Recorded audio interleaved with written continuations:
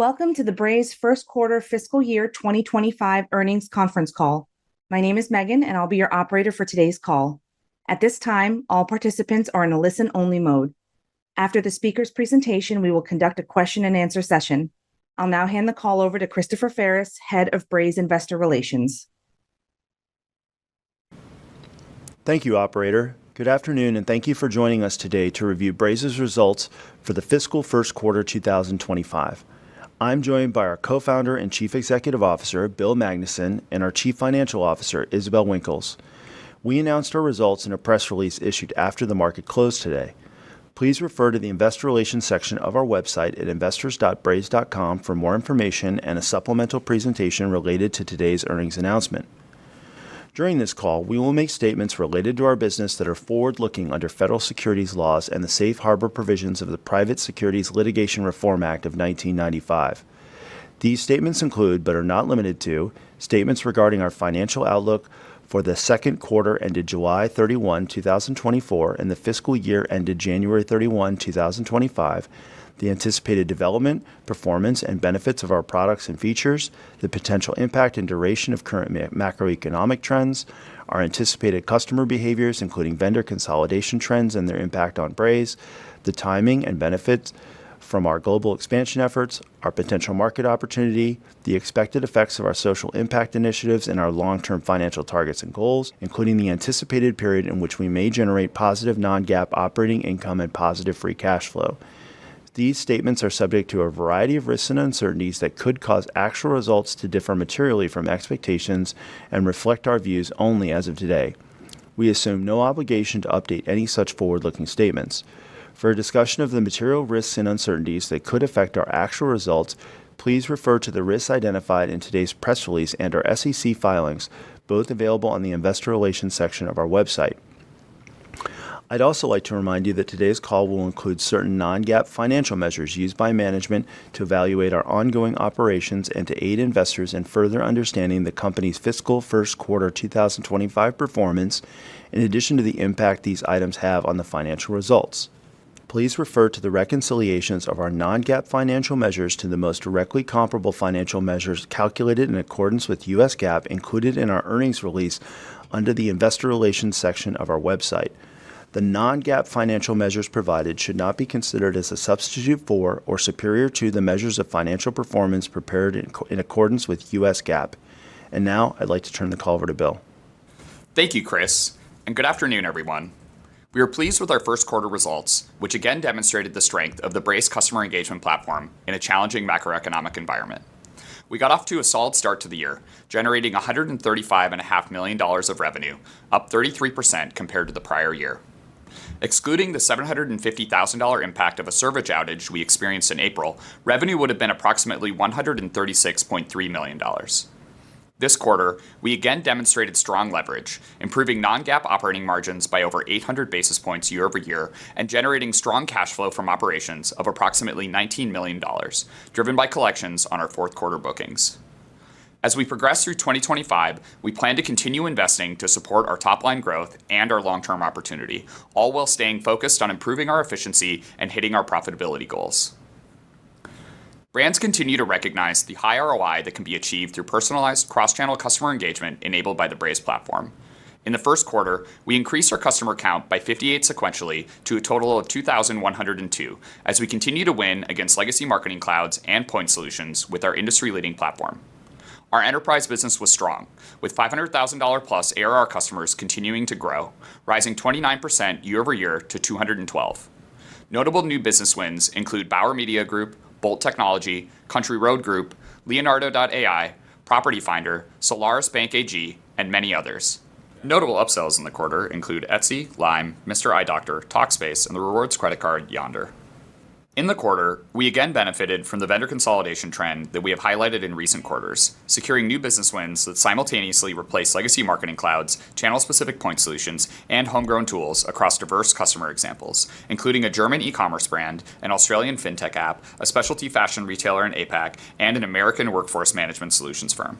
These are just a few examples of the many in which BRZE replaced legacy marketing clouds, siloed point solutions, and regionally fragmented technical architectures as brands look to combine capabilities capabilities and centralized administration of their customer engagement technology ecosystem. We believe that both the legacy replacement cycle and vendor consolidation trends can lead to share gains for Braze as brands look to capitalize on new AI-driven advancements in customer engagement capabilities. As marketers become increasingly agile, ambitious, and experimental with their customer engagement initiatives, we believe Braze stands to benefit and position itself as the dominant player in customer engagement while delivering increased relevance and personalization to consumers at scale. As we've stated on previous calls, even as we are pleased with our execution, the macro environment remains uncertain. We have not seen a meaningful improvement in the qualitative characteristics of our demand environment and continue to see cautious buyer behaviors, long decision-making cycles, and enhanced scrutiny on both budget and personnel resources. However, we remain confident that the cultivation of strong and well-understood first-party customer relationships will continue to rise in value and importance for modern brands. As we all embark on the third year of operating through an environment with heightened interest rates, brands must continue their value-conscious focus on high ROI initiatives like lifecycle optimization and retention, both core strengths of Braze's primary offering. Building on that foundation and looking into the future, we believe that it takes much more than optimizing existing strategy for brands to remain competitive, particularly as more industries are turned upside down by the dual forces of globalization and rapid technological change, driven by AI and enhanced by the continued convergence of our digital and physical lives. And this is why we continue to invest in R&D to drive innovation in the Braze customer engagement platform. We are relentlessly focused on using product innovation to enhance our competitive differentiation, gain market share, and accelerate the enterprise consolidation and replacement cycles. As we grow, we are also expanding the global community of Braze-trained marketers and customer engagement professionals, strengthening a long-term moat rooted in the adoption of a sophisticated, interdisciplinary, and cross-channel approach to marketing that is driven by first-party data, enhanced by agility, experimentation, and AI, and comprehensively applied throughout the customer lifecycle. With a long-standing focus on enhancing marketer productivity, we launched an early version of our AI copywriting assistant last year and has been adopted and effectively employed by hundreds of customers. We recently expanded this feature set with on-brand copy generation, allowing customers to quickly customize new cross-channel campaigns by using retrieval-augmented generative AI to mine their historical Braze campaign content and automatically generate new message variants, all while keeping strong guardrails on the Gen AI outputs to maintain appropriate brand personality, reputation, values, and voice. This pairs well with our generative tone control feature, which helps marketers adapt and control the tone of AI or human-generated copy throughout Braze. And we have increasingly seen customers using both features in tandem to save time in content production and create more authentic brand experiences, all while eliminating marketing missteps. As we continue expanding Sage AI, we are doing so carefully and methodically to ensure that we are also increasing marketer confidence in the quality of automatically generated outputs and orchestration decisions. We believe that success on this path will lead us to a future where marketers can trust Braze to fully optimize the orchestration, relevance, and personalization dimensions of their first-party data investments and customer engagement strategies. While we continue injecting AI throughout our platform, we are also hard at work to evolve and expand Braze's channel selection in order to maximize the value that our customers can derive from the sophistication available further up the Braze stack. We've spoken a lot about SMS and WhatsApp in the last few earnings calls, and today I wanted to highlight recent evolution in a channel that Braze has supported since our founding: mobile push notifications. Most iPhone users have by now experienced the power of live activity notifications. iOS 17 upgraded live activities, and they now allow for persistent, real-time updates right on the lock screen to keep users informed about deliveries, rideshare status, sports scores, and other time-sensitive activities. Relying on our SDKs and vertical integration, Braze makes it simple for brands to use live activities, allowing them to easily update and manage the activity lifecycle using real-time first-party data while also taking advantage of our advanced targeting, testing, orchestration, and personalization capabilities.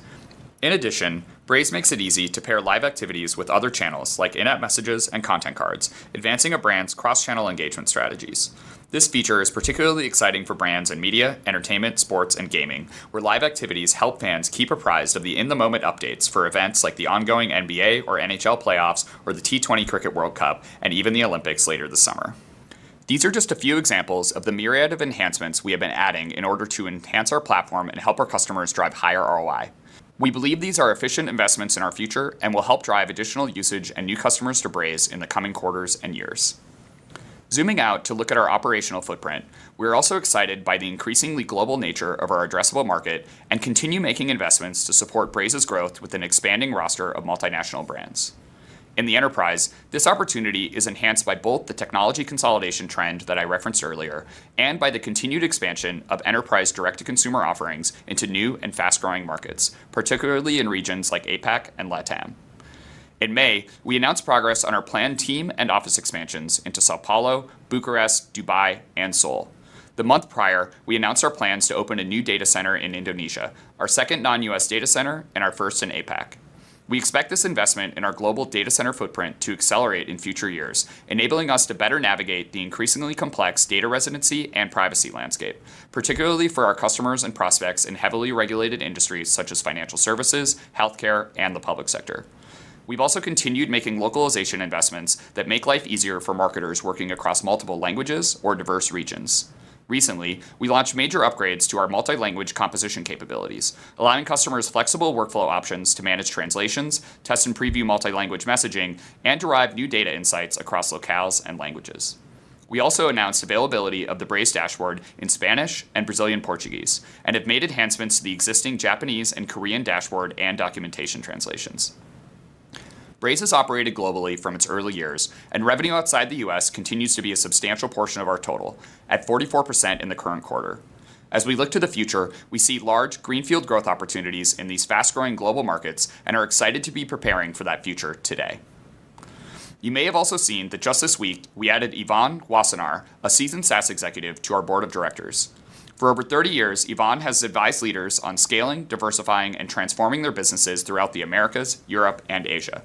She replaces Doug Pepper, who served on our board for nearly a decade and who will remain on the team as a board observer. We look forward to all the contributions Yvonne will make to Braze's strategy and next stage of growth. Before I turn it over to Isabel, I'd like to update you on our latest ESG initiatives. We are excited to announce that Braze has formally committed to setting a near-term science-based target of reducing our carbon emissions, marking a significant step in our sustainability journey. This commitment aligns our emissions reduction targets with the global goal of limiting warming to 1.5 degrees Celsius above pre-industrial levels, in line with the UN Paris Agreement. By committing to setting a science-based target, we pledge to reduce our greenhouse gas emissions in line with the latest climate science. We'll be publishing our third annual ESG report and launching our ESG microsite later this summer. I'll close my remarks by reiterating our confidence and excitement in the simultaneous execution of our long-term growth, efficiency, and profitability goals. Difficult execution environments enhance the opportunity to create long-term differentiation and separation from our competition, and we are committed to capitalizing on this time to solidify our position as a global leader in customer engagement. Thank you for your interest and support in Braze, and now I'll turn the call over to Isabel. Thank you, Bill, and thank you everyone for joining us today. As Bill stated, we reported a strong first quarter with revenue increasing 33% year over year to $135.5 million, driven by a combination of existing customer contract expansions, renewals, and new business. Revenue was negatively impacted by a revenue reserve of approximately $750,000 related to a service outage we experienced at the end of April. Excluding the reserve, revenue would have been approximately $136.3 million. Revenue also included a contribution of slightly more than $3 million from the North Star acquisition, which closed on June 1st of last year. Subscription revenue remains the primary component of our total top line, contributing 96% of our first quarter revenue, while the remaining 4% represents a combination of recurring professional services and one-time configuration and onboarding fees. Total customer count increased 13% year over year to 2,102 customers as of April 30th, up 236 from the same period last year and up 58 from the prior quarter. Our total number of large customers, which we define as those spending at least $500,000 annually, grew 29% year over year to 212, and as of April 30th, contributed 60% to our total ARR. This compares to a 57% contribution as of the same quarter last year. Measured across all customers, dollar-based net retention was 117%, while dollar-based net retention for our large customers was 119%. Expansion was again broadly distributed across industries and geographic regions. Revenue outside the U.S. contributed 44% to our total top line in the first quarter, compared to 43% in the prior year quarter and 44% in the fourth quarter of fiscal year 2024. In the first quarter, our total remaining performance obligation was $657 million, up 38% year over year and up 3% sequentially. Current RPO was $420 million, up 29% year over year, and also up 3% sequentially. The year-over-year increases were driven by contract renewals and upsells and the signing of new customer contracts. Overall, our dollar-weighted contract length remains at just over 2 years. Non-GAAP gross profit in the quarter was $91.9 million, representing a non-GAAP gross margin of 67.9%. This number was impaired by 20 basis points due to the one-time revenue reserve related to the April outage. This compares to a non-GAAP gross profit of $70 million and non-GAAP gross margin of 68.8% in the first quarter of last year. The modest year-over-year decline in the margin percent was driven by increased adoption of premium message channels and the impact of the one-time revenue reserve attributable to the April outage, partially offset by ongoing personnel efficiencies and the continued cost optimization of our technology stack. We continue to realize strong leverage across our 3 operating expense buckets, making meaningful progress towards the long-term targets outlined in our 2021 IPO and reiterated at our 2022 Analyst Day. Non-GAAP sales and marketing expenses were $59.8 million, or 44% of revenue, compared to $49.3 million, or 48% of revenue in the prior year quarter. While the dollar increase reflects our year-over-year investment in headcount costs to support our ongoing growth and global expansion, the improved efficiency reflects our disciplined investment approach to resource deployment across our go-to-market organization. As a reminder, our long-term sales and marketing percent of revenue range is 23 to 25%. Non-GAAP G&A expense was $19.4 million, or 14% of revenue, compared to $17.1 million, or 17% of revenue in the prior year quarter. While the dollar increase was driven by investments to support our overall company growth, including headcount costs and increases in software subscription and licenses, we continue to make progress towards our long-term non-GAAP G&A percent of revenue target of 8 to 10%. Non-GAAP R&D expense was $22.7 million, or 17% of revenue, compared to $19.6 million, or 19% of revenue in the prior year quarter. The dollar increase was primarily driven by increased headcount costs to support the expansion of our existing offerings, as well as to develop new products and features to drive growth. R&D as a percent of revenue declined by fewer basis points relative to the other operating expense line items, which reflects our intentional yet disciplined reinvestment in our technology stack as we approach our long-term non-GAAP R&D percent of revenue target range of 13 to 15%. Non-GAAP operating loss was $10 million, or 7.4% of revenue, compared to a non-GAAP operating loss of $16 million, or 15.7% of revenue in the prior year quarter. Non-GAAP net loss attributable to Braze shareholders in the quarter was $5.5 million, or a loss of 5 cents per share, compared to a loss of $12.6 million, or a loss of 13 cents per share in the prior year quarter. Now turning to the balance sheet and cash flow statement. We ended the quarter with $487.7 million in cash, cash equivalents, restricted cash, and marketable securities. Cash provided by operations during the quarter was $19.4 million, compared to $22.5 million in the prior year quarter. Including the cash impact of capitalized costs, free cash flow was approximately $11.4 million, compared to free cash flow of $21.7 million in the prior year quarter. The first quarter's free cash flow includes capital expenditures of $5.8 million associated with opening the company's new New York headquarters. And as we have noted in the past, we expect our free cash flow to fluctuate from quarter to quarter given the timing of customer and vendor payments. Before turning to the forecast, I'd like to briefly comment on the macroeconomic environment. As Bill noted, we continue to operate in a challenging selling environment characterized by constrained marketing budgets and greater buyer scrutiny. Our guidance assumes that the environment does not change in fiscal year 2025. And as always, we approach our guidance with a prudent and risk-adjusted methodology. For the second quarter of fiscal 2025, we expect revenue to be in the range of $140.5 to $141.5 million, which represents a year-over-year growth rate of approximately 23% at the midpoint. Second quarter non-GAAP operating loss is expected to be in the range of $6.5 million to $7.5 million. At the midpoint, this implies an operating margin of approximately negative 5%.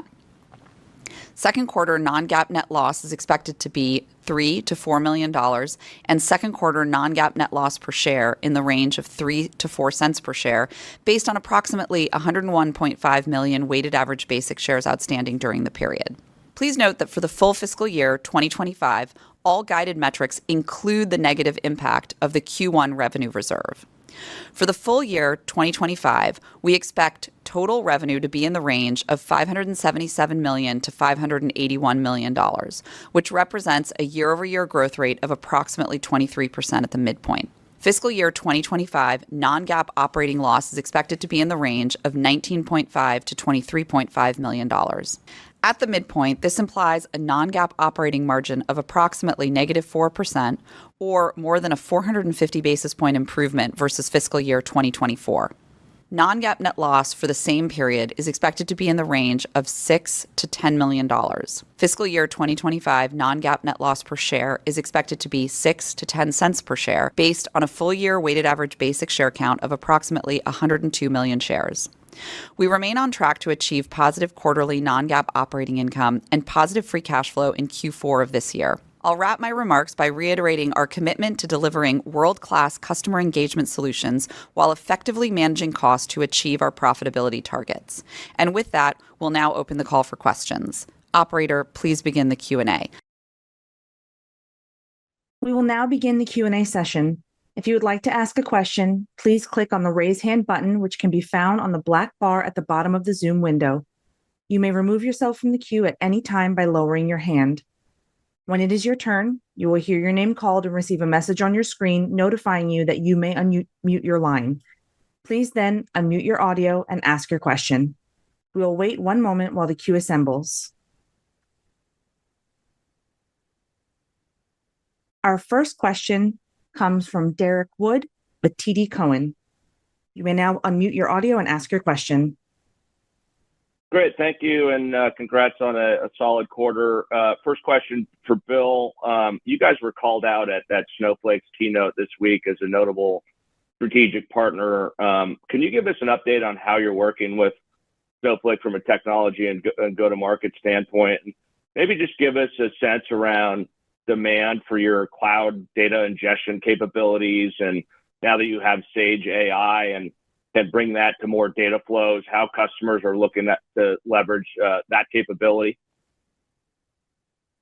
Yeah, absolutely. And really happy to expound on that, as Snowflake has been a really important both technical and go-to-market partner for us for several years now. As you're probably aware, we were very early adopters of Snowflake data sharing. We were on stage with them when they announced that to announce our interconnection. And that was really the beginning of Braze embracing our role, not just as a consumer of data, but also as a producer of data. When we send trillions of messages in a year, we're also producing a lot of very valuable engagement data that we use not just to train our own AI and machine learning and automated decision-making processes, but that our customers also use when they're doing their own bespoke development.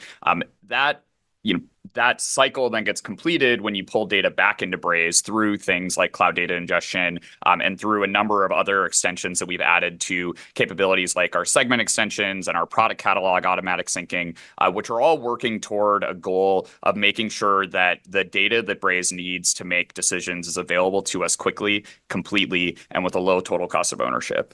And so as Snowflake has continued to expand their own capabilities and expand their options for being able to move data in a fully managed way in and out of partners like Braze, we've been quick to adopt all of those capabilities throughout. And that, of course, has also helped drive the go-to-market partnership as well. When Braze and Snowflake are deployed together in an environment, Braze customers can do more with more comprehensive data. They can deploy more use cases more quickly. And the ongoing burden to primarily their technical teams of maintaining those data pipelines goes to near zero because it's handled between Braze and Snowflake directly. And so it creates a win-win-win condition where Snowflake is getting stickier customers with more usage. Braze is getting a more comprehensive view of data more quickly and more completely, which lets customers deploy new use cases and try new ideas for personalization or targeting intelligence or orchestration or what have you. And together we're able to realize that vision of being able to be consistently acting on a complete and current picture of a customer's context as we're engaging with them to try to shape their journey toward more positive outcomes. Okay, great. That's great, Keller. Isabel, one for you. Can you talk about just growth trends in monthly active users? I believe this makes up roughly half of contract structure for your customers. Just wondering what you're seeing at renewals and how you're thinking about renewal behavior and the direction of MAU growth through the year, given the kind of continued mixed data points around the macro. Yeah, thanks for that. So look, we've said this a few times. We don't sort of focus overly, we don't overly scrutinize the focus here on the MAU growth. And actually, if you look at our MAU growth, our revenue growth has been outpacing MAU growth for quite some time. And so we are, and actually, if you look in our disclosure, something that's happened actually about Q2 of last year is we reversed the order of what comprises our top line. And so we used to say that MAU was the single largest component of our top line. Actually, now it's the premium messages, the messaging that folks pay for, and MAU has moved to kind of second in the ordering. And so we don't worry so much about the contract composition. We're really just trying to create contracts and structures that work best for our customers, for them to be able to use the product to the best of its ability and to maintain that high ROI that Braze delivers on a consistent basis. Understood. Okay, thank you. Our next question comes from DJ Hines from Canaccord. Please unmute your line and ask your question. Hey guys, congrats on the nice quarter. Bill, you alluded to the outage a couple times and talking about some of the revenue impacts.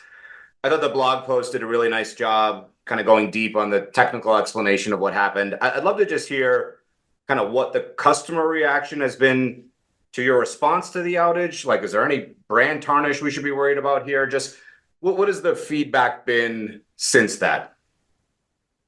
Yeah, of course. And, for those that are not aware, we had a large outage. It happened right at the end of April, which was also right at the end of Q1. And it was actually the longest full outage in our history. And as you just mentioned, we rapidly published a full postmortem on our blog. And I would encourage anyone interested to read that blog post. I think that the reaction afterward has been, for most customers, it's been one of understanding, I would say.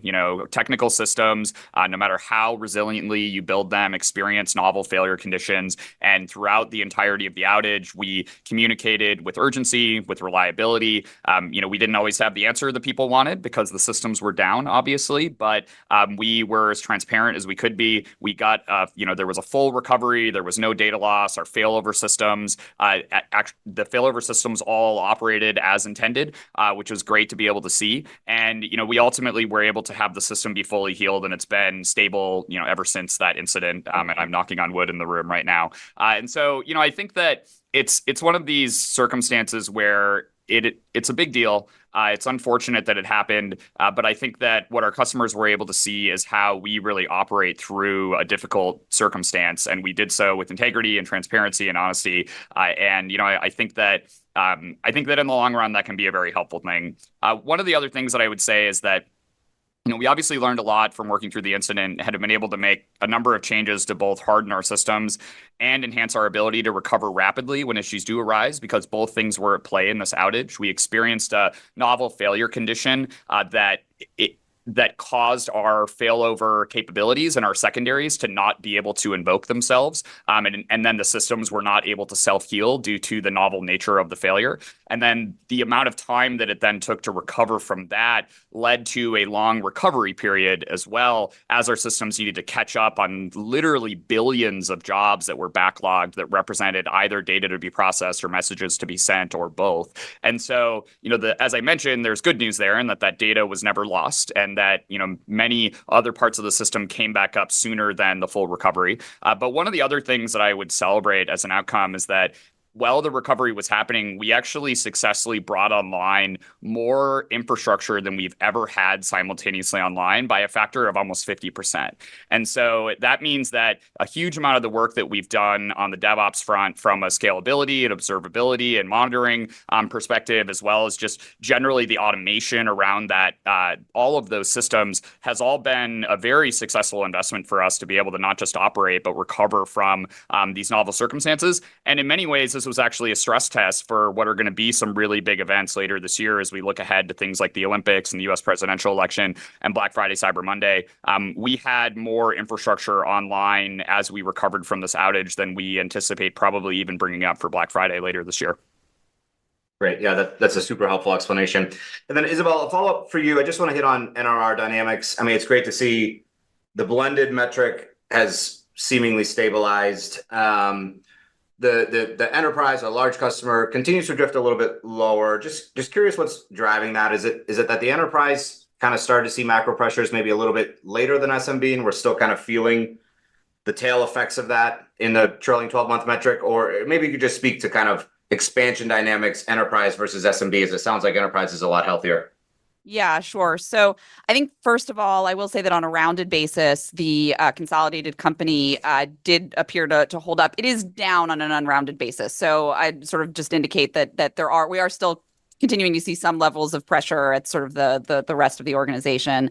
And I would say that embedded in our guide is an assumption that, this number has not hit the floor yet. And so that, I know that question is probably coming. So I will just preempt that this number has not hit the floor yet. And that is absolutely embedded in our guide. Because I think when we think about the enterprise, there's a couple of additional dynamics at play. Remember that the way we count a customer is at the ultimate parent level. And so when we do an upsell with a new brand within an existing parent company, that counts as positive dollar-based net retention. It is hard these days. It is just as hard to do that upsell. That behavior behaves a lot like net new business, because a lot of times it's new budgets, it's new stakeholders, it's a new process. And so the dynamics that we're seeing relative to the broader macro, we face them equally in that upsell motion within the enterprise. So you're definitely seeing that at play. In addition, we're still working our way out of some contracts that had previously bought for some expected higher levels of growth, and therefore at renewal, maybe you're not seeing the same level of upsell in that moment because they had purchased for already a higher level of growth and are still working their way into those volumes. Yeah, makes sense. Thank you guys for the color. Our next call comes from Ryan McWilliams from Barclays. Please unmute your line and ask your question. Excellent. Thanks for taking the question. Bill, I know it's still early days here, but some of your advanced customers who are already incorporating generative AI into their marketing content or their marketing process, are you seeing these customers run more campaigns or utilize the Braze platform further as a result of generative AI adoption at this point? Yeah, it's a great question. And I think that, the things that are enhancing marketer productivity, we absolutely see our customers moving through their own roadmaps for customer engagement more quickly. And we're also seeing people test and experiment more often. You've heard me talk about this a lot in prior earnings calls, which is that one of the key areas of differentiation in Braze is really how much a team stands to gain when they are consistently experimenting with new variants, new engagement strategies, new tones of voice, new personalization concepts, new orchestration ideas, incorporating in different channel mixes. These are all things that sound great on paper, but do take a lot of work to actually go and execute. And we know that when our customers execute on these more sophisticated and more experimental approaches, and they do so in an agile way, they compound results. They certainly find the differentiation in Braze that not only justifies but really pays back our premium price point in a very meaningful way for them. But the amount of effort required for that, especially in the current environment where a lot of these teams are not growing, some of them are shrinking, they don't have a lot of resourcing available to bring in outside agencies, et cetera, that the tools of generative AI have been really important productivity enhancers for them to be able to, do the same with less in many cases, or do more with the same team, for those who are still, have a constant amount of resourcing in their teams. Appreciate that. And then how is the rollout of new pricing and packaging around premium messaging channels going at this point? Are you noticing more customers testing new channels as a result? And have you noticed any trends in the mix in channel usage with your customers so far this year, maybe between like push, email, SMS? Thanks. Yeah, so the rollout of the credits program has been successful so far, but the official transition to message credits only went live May 1st. So we only have about a month of data. I would say that early indicators are that it is absolutely working as expected, in the sense that a customer doesn't need to process a new order form or go through a new buying cycle just to experiment with a new channel. And that is leading to them being able to experiment with those new channels. If you'll recall, the way that we were selling global SMS before as well was on a country by country basis. And so when I say new channels, I also also would include in that, simply just sending to all of Europe as an example, when maybe you would have only purchased a small number of countries in the past, or otherwise engaging with that kind of global premium audience.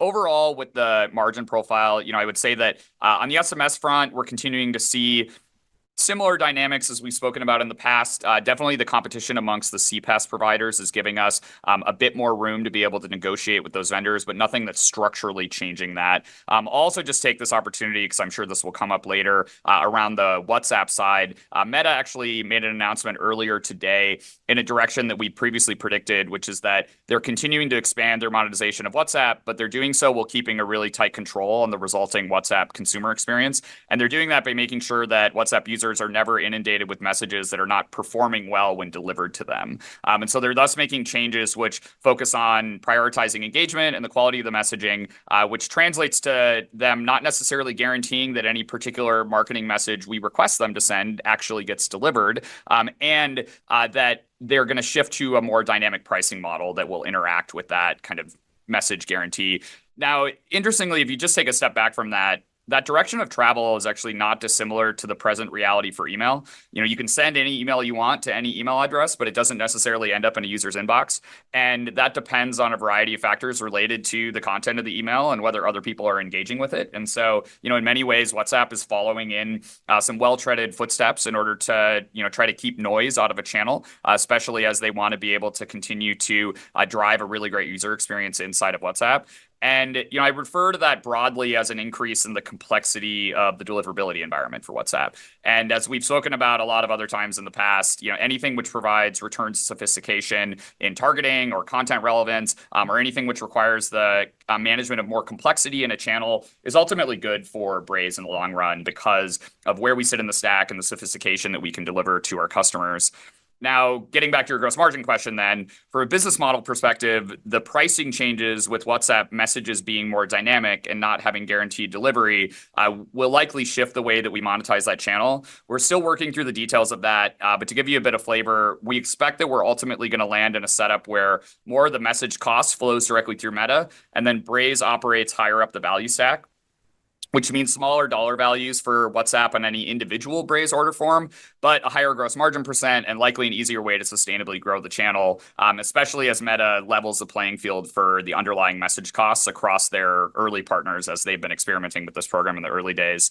And so that's going to take new R&D investment, some changes to our GTM motion, but WhatsApp is actually just a low single-digit percentage of our revenue today. And while it's growing fast, its present revenue is not material to the overall, revenue numbers in the overall business. So I think we have plenty of flexibility to navigate these changes without material disruption. And we also think on the upside, in addition to the velocity that I referenced earlier and just leveling the playing field and making this an easier channel to scalably sell, we also think it may unlock some new budgets in the performance marketing space and open up some new options for channel expansion. So I can't speculate about, the details of where that goes from a product perspective. And we obviously don't know enough at this point to quantify the impacts of these things. But I hope that gives you some color on all the different directions of travel for the different aspects of that channel, because it will be important in our future. Appreciate the color. Thank you. Our next question comes from Arjun Bhatia with William Blair. Please unmute your line and ask your question.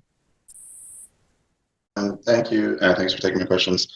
Bill, maybe the first one for you, just as we're thinking about the macroeconomic backdrop, the tougher selling conditions, how are you seeing the kind of rate of deals that are coming into the pipeline? Because for customers that are thinking of replatforming at this time, it seems like a unique time to do it when there is uncertainty and they're also dealing with this generative AI technological shift that's taking place. So do you see that in the pipeline, or is that actually helping you in this moment convert more customers over? Yeah, so I think that the qualitative challenges that I mentioned earlier in the call of more deal scrutiny, longer evaluation cycles, and simply teams having less resources available to be ambitious in general, those are all present, and they're actually present across both the SMB and the enterprise categories. But I think that the big thing that we started alluding to about a year ago, and I think that continues to be the case, is that a lot of the big risks to the downside are relatively more controlled than they were a year ago, and certainly more than 2 years ago. And that's both giving us the conviction to continue investing in go-to-market expansion, as you've seen, but it's also, as you alluded to, leading to a lot of RFPs that are coming in. There's a lot of people taking advantage of this time of relative quiet to be able to reevaluate, what their the kind of messy architectures that many of them developed during the breakneck growth pace of the late teens and into 2020 and into 2021. And we're certainly benefiting from this being a time of reflection and being able to go back. It's like when you talk about scrutinizing a budget and scrutinizing architecture, of course, the outcome of scrutiny is often change, and that change leads to RFPs, and that is certainly a good thing for us. That is against the backdrop of a macro that is, of course, more challenged. Like as they go through that change, they're not doing so with bigger budgets, they're not doing so with bigger teams, and there are still places where people and businesses are shrinking instead of even having stabilized. And so I think when you net it out across the entire environment, you still see these qualitative challenges, you still see a difficult macro, but I do think that those mechanisms that are within that, which include scrutiny leading to change, leading to RFPs, leading to opportunities to unseat, legacy architectures. We actually just had a legacy takeaway recently that I think had been on one of the legacy marketing clouds for over 14 years when we just did the takeaway. And so, seeing opportunities like that showing up in the broader environment right now is obviously a really good sign for us. Okay, appreciate that. And then for the second question, you talked a lot about, I think, international investments in your prepared remarks. It sounds like you're expanding your data center footprint, maybe some go-to-market investments there as well. But with all the kind of incremental investment in international, how should we think about kind of the growth opportunity there? And as you think about the balance of this year and maybe even next year, what's the potential of growth acceleration in international markets as we just think about performance over the coming years? Yeah. So first of all, I think that the primary thesis behind this is that the trend toward globalization and the trends that I referenced above are not going anywhere. It's also a great time to be hiring new talent, and we're excited about being able to build foundations for future growth. But we're not in hyper growth mode in any of these places, and we're making sure that we have a multitude of foundations in place so that we have optionality. And so there's a few different major goals that we have. One is that we want to better serve our existing customers, and their operations and customer bases are increasingly globalized, and we want to be able to be there to support them. Whether that means data centers, it means regional teams that are maybe non-English speaking, or it means like literally having go-to-market resources or our community or training available. And enablement available in these different regions and countries and languages. The second thing is we want to be learning more about these markets to ensure that our product and our partnership portfolio and the operational footprint, like our data centers, are well suited to grow into them more meaningfully into the future. And then thinking about next year, an expansion of capacity, we want to both provide more overall room for us to accelerate scaling when the macro does start to improve. And we want to have the optionality and diversification in the likely case that the global recovery is uneven. And so, if we start to see signs of strength in one part of the world earlier than the other, we want to make sure that we have the right foundations in place to be able to, deploy that new sales capacity or those new marketing dollars in those places, do so quickly and efficiently.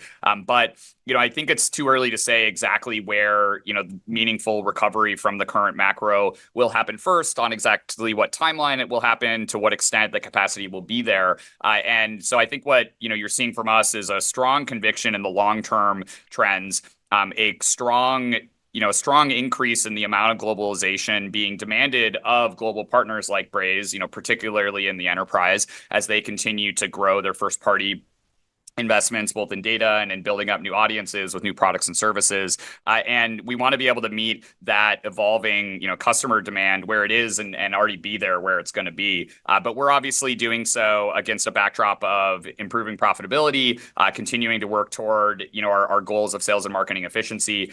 In many cases, starting anew and building a new foundation is less efficient than putting an incremental dollar in a place that's already mature and already working really well.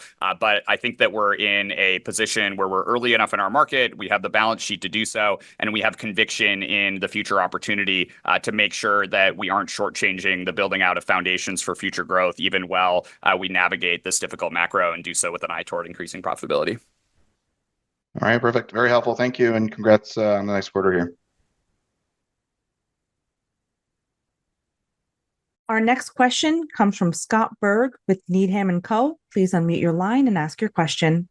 Hi, everyone. Nice quarter here. Bill, I wanted to start off with a theme that we wrote about a couple months ago coming off the annual Shop Talk conference. Primary theme of that show was talking about personalizations and how the fever around these AI trends the last year and a half is kind of benefiting how these brands and companies want to go to market because they want to personalize, marketing message or e-commerce sites more. Do you see that trend helping you right now? Because your numbers certainly kind of buck the trend that we've seen from other April quarter reports the last couple weeks, where AI seems to be pushing or delaying their opportunities. It almost seems like some of this AI interest is helping you because that's effectively what your product does. You personalize emails. Yeah, and I would actually maybe use one part of our product to explain the general trend that we're seeing here, and that would be our AI item recommendations, which I spoke about in last quarter's earnings call. And this is a really interesting example where what it is, effectively being able to take a catalog, whether that's a catalog of music or a catalog of travel destinations or all of the items in your Shopify store, and be able to provide better and more personalized and higher performing recommendations when you have an opportunity to communicate with someone, whether that's an email or maybe it's in a carousel when someone hits your website or comes into your mobile app and goes in their inbox, et cetera. Obviously, the versatility of Braze's channel set lets you inject recommendations like that into all different parts of the customer journey. But one of the reasons we didn't build that 10 years ago, and that we actually waited to build it until more recently, is because the state of the art in recommendation capabilities required a very bespoke approach. Now, when I just walk through catalogs, I use the term catalog very generically to mean things from music to movies to experiences to products and having massive product catalogs and being able to navigate a whole bunch of nuance in that. And it's actually really incredible that the new AI item recommendations that Braze built using transformers works across all of those different domain areas. Because if you took an approach for item recommendation from 5 years ago, state of the art, it would really need to be specifically trained and tweaked and constantly babysat in order to work in a very bespoke domain area. And then if you tried to apply it to another vertical or another category, it just wouldn't travel very well. And so that means that we, because of the advance of the state of the art, have the ability to solve this in a more generalizable way and therefore can build it into Braze and sell it to customers and get up and running with it quickly. But it's also a bellwether for the fact that a lot of these capabilities are finally working. They're finally delivering on their promise. And so if you go out, 5 or 6 years ago, everyone talked about the importance of personalization, but the vast majority of CMOs were still pretty skeptical that they would be able to successfully implement and deploy something that could do content recommendation, on the order of what your Spotify Discover playlist is capable of, in terms of introducing you to new music that is really going to resonate from a massive product catalog or kind of pick your personalization challenge. And so, what you're seeing right now from buyers is that I think that the lingering skepticism that they as an organization, regardless of where they are in their technical sophistication or what their product domain is, can quickly and easily take advantage of these new capabilities. And then, of course, Braze's new product development is right there to hand that to them. And going back to the Snowflake question that we started this call with, actually one of the challenges before being able to run a product recommendation system was getting access to the data. As product catalogs change, as inventory changes, as price changes, and all these other properties, a recommendation system needs to keep pace with all of that change. But that is now also very easy to do as well, because we can seamlessly sync catalog information directly from a customer's Snowflake cluster, as an example, into the Braze item recommender system. And then our models are able to run on top of that real-time, easily updated data in a way that's low total cost of ownership for the customer and is driving really good results. So it's a great story where everything really is coming together to deliver on the promise that everyone's been talking about for a long time. And I think that is certainly leading to positive momentum for us. Super helpful. Thank you, Bill. And then Isabel, just from a follow-up perspective, can you talk about linearity in the quarter? Your subscription revenue growth rate accelerated not just quarter over quarter, but it was higher this quarter than both the last two, even after the revenue reserve release. Just didn't know if there's something unique in the quarter to kind of drive that outside of just good bookings. Thank you. Yeah, no, there's nothing particularly unique. North Star, added the $3.5 million to the quarter. We had improved linearity last year relative to the prior year, so that was a tailwind that we saw last year. This year, actually, we're seeing kind of similar levels of linearity versus where we were last year. So we're very pleased to be kind of back to these more normalized linearity levels. But not, currently, certainly in our guide, not forecasting any kind of further revenue acceleration associated with that. Otherwise, nothing, particularly unique in the quarter. So just expect the quarter was performed as expected from our perspective, even with the revenue reserve that we had to take. Very helpful. Thanks again. Congrats. Our next question comes from Hannah Rudolph with Piper Sandler. Please unmute your line and ask your question. Thank you. This is Brent Bracelin on for Hannah here. Bill, I wanted to go back to the strong start here. It is a little different from what we're hearing from your large competitors, and just trying to double click into what you're seeing. Is there any sort of change? Because it does feel like enterprise software demands are very mixed. So are you seeing existing customers starting to lean a little more into Braze? Is this a function of your go-to-market efforts starting to drive a little more new customer activity? Walk us through why you think Q1 is off to a pretty healthy start here, and what drove that? I think execution is a really big part of it. When we're talking about these macro challenges, it is still a very challenging macro. But Braze has, over the last 5 or 6 quarters, as we've been experiencing this really difficult macro, really been buckling down, making meaningful internal changes, making big investments in our go-to-market enablement and our partnership ecosystem and our event footprint in our community building. We launched a new brand earlier this year. We've done some of our first meaningful out-of-home campaigns to be able to help build awareness in that brand. We've hosted events and brought thousands of people through Braze-owned events around the world in Q1, and we continued that momentum into Q2. The investments that we've made in enabling our sales team have been really effective, and we've seen great improvements in productivity there. And so, just a lot of things to be proud of from an internal execution standpoint, but it is still really hard out there. And, one of the other things that I would say is that we haven't seen momentum really sustaining itself in any category of the market that we see. So, whether you're looking at it from a geo perspective across America, Europe, Asia, if you're looking at enterprise versus SMB, and I'll remind everyone that, for us, SMB is not the long tail of SMB, since we still have that price floor and annual, that price floor in the 20,000s and an annual contract requirement.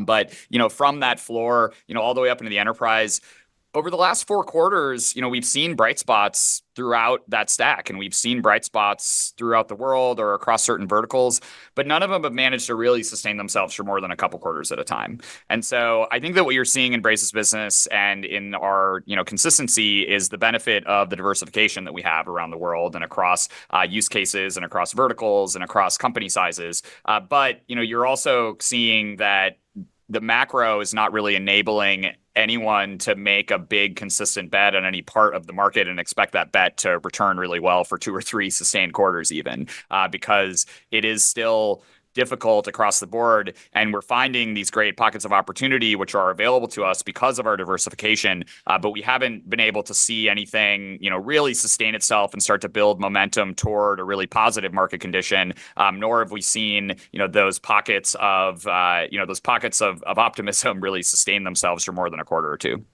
Helpful color there. And then Isabel, as you think about this kind of new normal environment you've been executing through here the last 5-6 quarters, you did talk about leaning into go-to-market, adding additional sales capacity to try to better position the company next year for growth. But it looks like Q1 came in a little better from an operating efficiency standpoint. Did you spread out or pause the hiring there, or walk through what drove some of the improvement efficiencies there in the quarter versus the plan to hire? Yeah, no, so I think we have started to bring back hiring, our hiring capacity. Over the course of the prior year, you'll remember we did put that headcount pause on, and you can see actually in the statistics our headcount growth was pretty anemic. We are now starting to ramp that back up, and so we are bringing more capacity online. I would say as we enter some of these new markets, there's timing considerations as people give notice and how long it actually takes to sort of from signature to start date. So we're seeing some of that at play as we enter some of these new markets.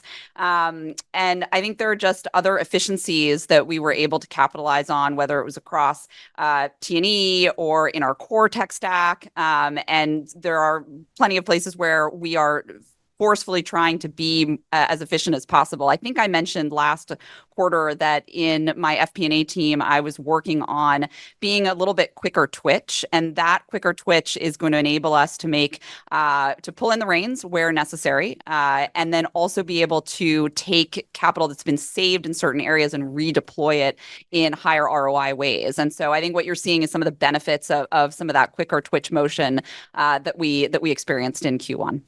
Helpful color. Thank you. Our next question comes from Brian Schwartz, Oppenheimer. Please unmute your line and ask your question. Thank you for taking my questions this afternoon. Bill, on the topic of AI, you gave good color on how it's impacting productivity and resources and personalization. I wanted to ask you about deal cycles. Is it your sense, whether it's new logos or your customer spending, is AI helping or elongating deal cycles? I don't think I'd be able to discern a material impact. It's definitely involved in every deal cycle. It's obviously in every RFP.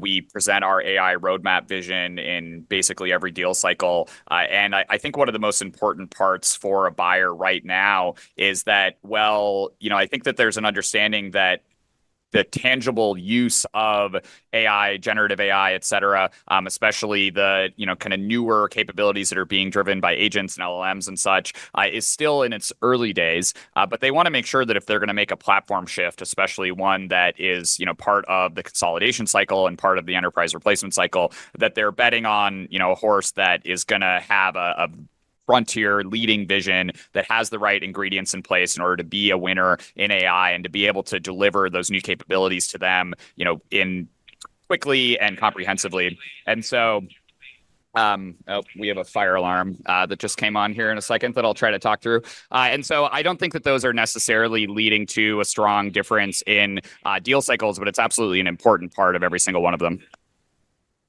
The follow-up question I had, it's either for Bill or Isabel. Braze is a horizontal business, so just wanted to ask you about the industries, if any industry surprised you in terms of strength or weakness in the quarter. Thanks again for taking my questions. Yeah, so I think and I think Bill mentioned, one of the strengths of the organization is the diversity in geographic region, the diversity in our customer size and classification, the diversity in the industry. And, we saw this a little bit in COVID, and I think this kind of continues. There are industries that were doing sort of gangbusters during kind of the COVID times, and then industries that sort of came back post-COVID. We're continuing to see sort of that diversity. I don't know that there's any any particular trends that are persistent, I think, as Bill previously mentioned. But I think that diversity specifically across so many different dimensions is what does help us with a certain level of resilience across these different conditions.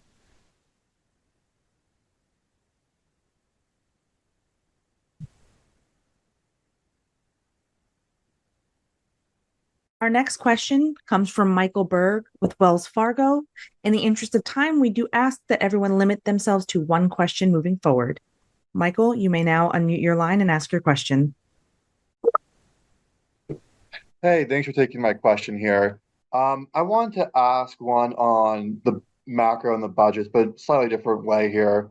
So, like others have alluded to, you guys performed relatively well to others in broader software.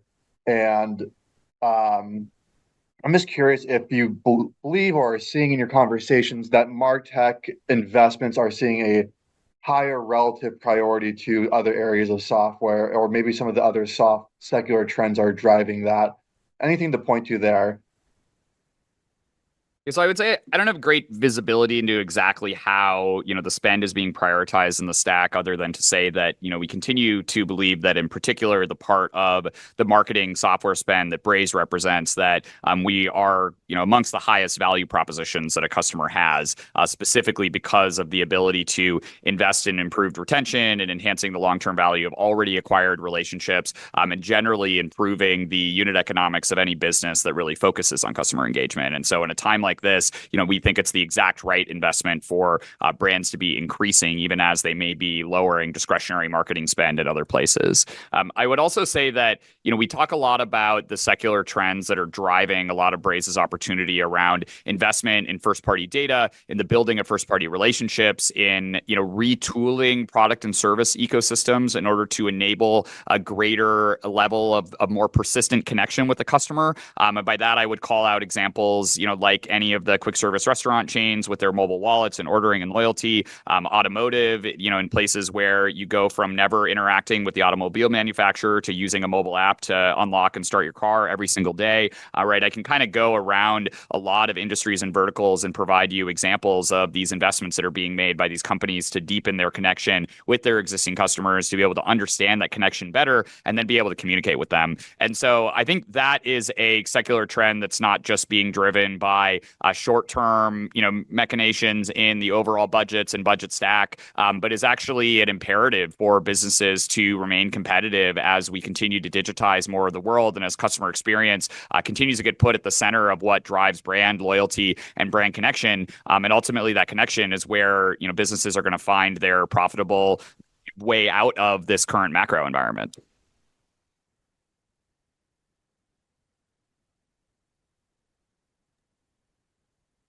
Our next question comes from Brian Peterson at Raymond James. Please unmute your line and ask your question.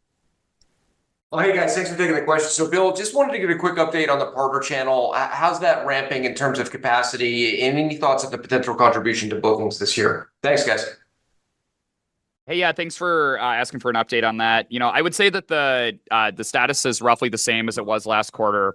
Leading indicators are all good. Accenture and Deloitte have dramatically increased the level of resources and focus, in particular over the last couple of quarters. We've also been talking about WPP quite a bit for the last year, and I would say that the level of investment and partnership and coordination that we have with them has been really fantastic. And so we've been working with, all three of them on better levels of coordination, on deal cycles, on new opportunities, and we continue to be excited by the momentum there. But I think against that backdrop of the difficult macro, you're seeing that macro hit those particular sectors as well. And so the overall levels of activity that we see there are not, you shouldn't underwrite that to anything in particular, but qualitatively, we've been really happy with the progress.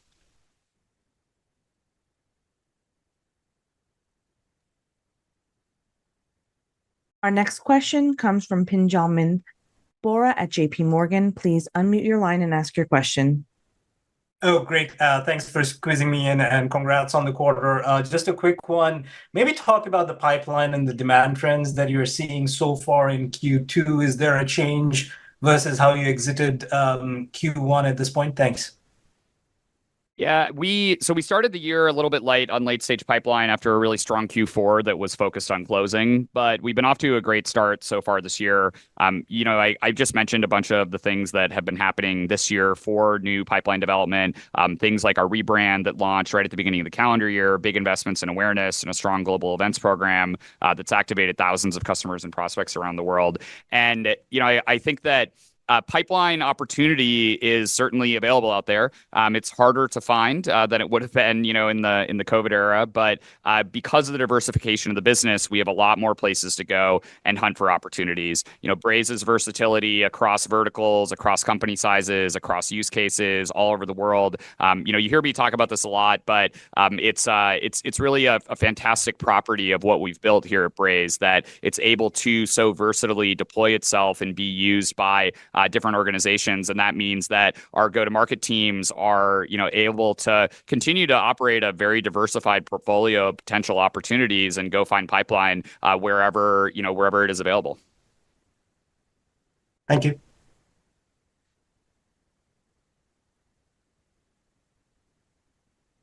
Our next question comes from Tyler Radke at Citi. Please unmute your line and ask your question. Great. Thanks for taking the question. I want to direct this at Isabelle. So, last quarter we talked about the progression of gross margins throughout the year. It was nice to see gross margins come in a little bit better than we expected in Q1. Can you just talk about the gross margin side for the rest of the year, especially given some of the changes that Bill alluded to on the WhatsApp channel? Are you still expecting them to sequentially increase each quarter? What are you contemplating in terms of how those WhatsApp contracts ramp and the structure from a cost side perspective? Thank you. Yeah, so thanks for the question. So I will go back to the comments that I made last quarter and just reiterate. So we are happy with where things came in from a gross margin perspective in Q1. We do expect to see improvement over the coming quarters for that metric. I would say that the comments that Bill made with respect to WhatsApp, I think that's going to have a little bit more of a longer term. It's going to take a little bit more time for that to really play out. I think with some of the comments that he made were that we don't really know exactly how all of this is going to shake out. And it's going to take time for that to sort of work its way through how our go-to-market motion evolves there. Also, I'll reiterate, currently the dollar value of WhatsApp, it remains very small as a proportion of our total. And so while it has had sort of some of the utilization of WhatsApp that was fairly concentrated over the last couple of months was what sort of drove some of that pressure that we saw in Q1. Some of that has sort of been relieved at this point, which is that and some very concerted efforts to work on core spend generally is what is going to drive the increases in gross margin over the balance of this year. But it's a little early to give specific margin commentary. The only thing I would say is for now, we remain comfortable with the long-term guided range of 67 to 72%. Thank you.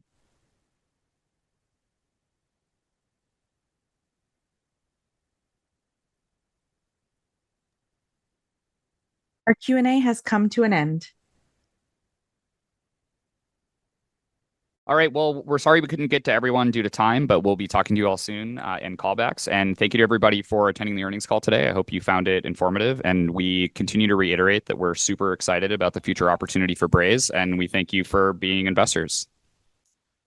See you next quarter.